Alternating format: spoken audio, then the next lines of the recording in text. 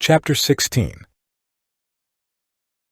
And when David was a little past the top of the hill, behold, Ziba, the servant of Mephibosheth, met him, with a couple of asses saddled, and upon them 200 loaves of bread, and 100 bunches of raisins, and 100 of summer fruits, and a bottle of wine.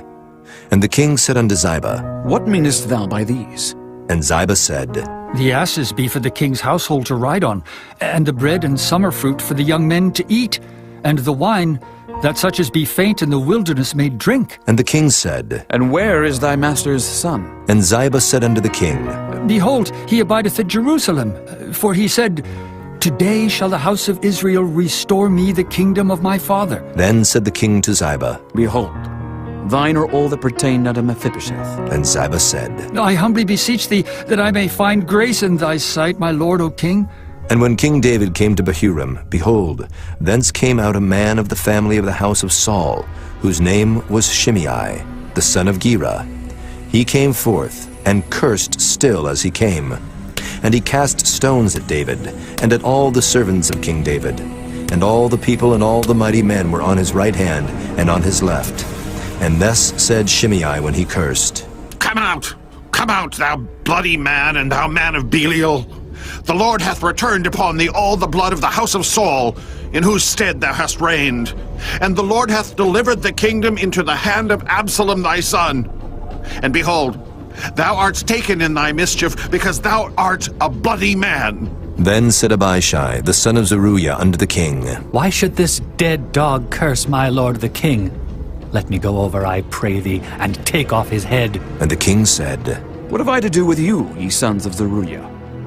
So let him curse, because the Lord hath said unto him, Curse David. Who shall then say, Wherefore hast thou done so? And David said to Abishai and to all his servants, Behold, my son, which came forth of my bowels, seeketh my life. How much more now may this Benjamite do it? Let him alone, and let him curse. For the Lord hath bidden him. It may be that the Lord will look on mine affliction, and that the Lord will requite me good for his cursing this day. And as David and his men went by the way, Shimei went along on the hill's side over against him, and cursed as he went, and threw stones at him, and cast dust. And the king and all the people that were with him came weary, and refreshed themselves there. And Absalom and all the people, the men of Israel, came to Jerusalem, and Ahithophel with him. And it came to pass, when Hushai the Archite, David's friend, was come unto Absalom, that Hushai said unto Absalom, God save the king! God save the king! And Absalom said to Hushai, Is this thy kindness to thy friend? Why wentest thou not with thy friend? And Hushai said unto Absalom, Nay, but whom the Lord and this people and all the men of Israel choose, his will I be, and with him will I abide. And again, whom should I serve? Should I not serve in the presence of his son, as I have served in thy father's presence? So will I be in thy presence. Then said Absalom to Ahithophel, Give counsel among you what we shall do.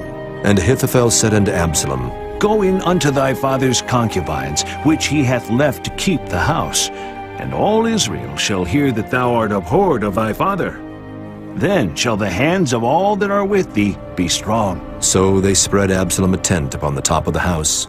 And Absalom went in unto his father's concubines in the sight of all Israel. And the counsel of Ahithophel, which he counseled in those days, was as if a man had inquired at the oracle of God. So was all the counsel of Ahithophel both with David and with Absalom.